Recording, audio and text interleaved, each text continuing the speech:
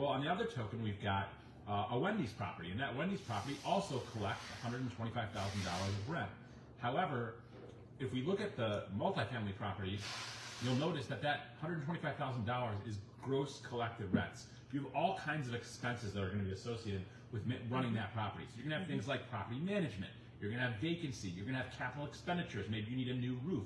You're going to have to sweep the parking lot. You're going to have to plow the snow. You're going to have to cut the grass. You're going to have to tend to the grounds.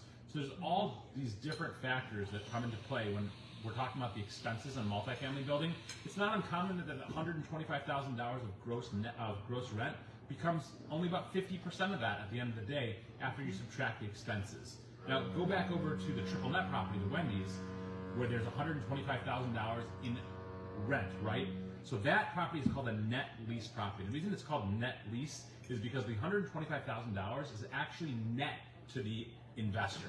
So your lease says that you get paid $125,000 and you have zero expenses. Why is that? Because the tenant pays for all of your taxes, they pay for all of your maintenance costs, they pay for all of your insurance on your property, they pay if the roof has to be replaced, they pay if the parking lot has to be swept and the snow has to be plowed. So at the end of the day, what you're collecting is net to you. Now that's an absolute triple net property where the tenant pays taxes, insurance, common area maintenance, and things like roof structure and parking lot. There are variations like a double net lease where the landlord is left having to pay for things like roof structure and sometimes parking.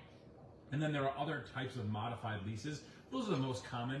Obviously, if we talk about shopping centers typically either have gross leases where the tenant pays for the rent and then the landlord has to pay for the expenses like plowing the snow, fixing the roof, paying for the parking lot, electricity, etc.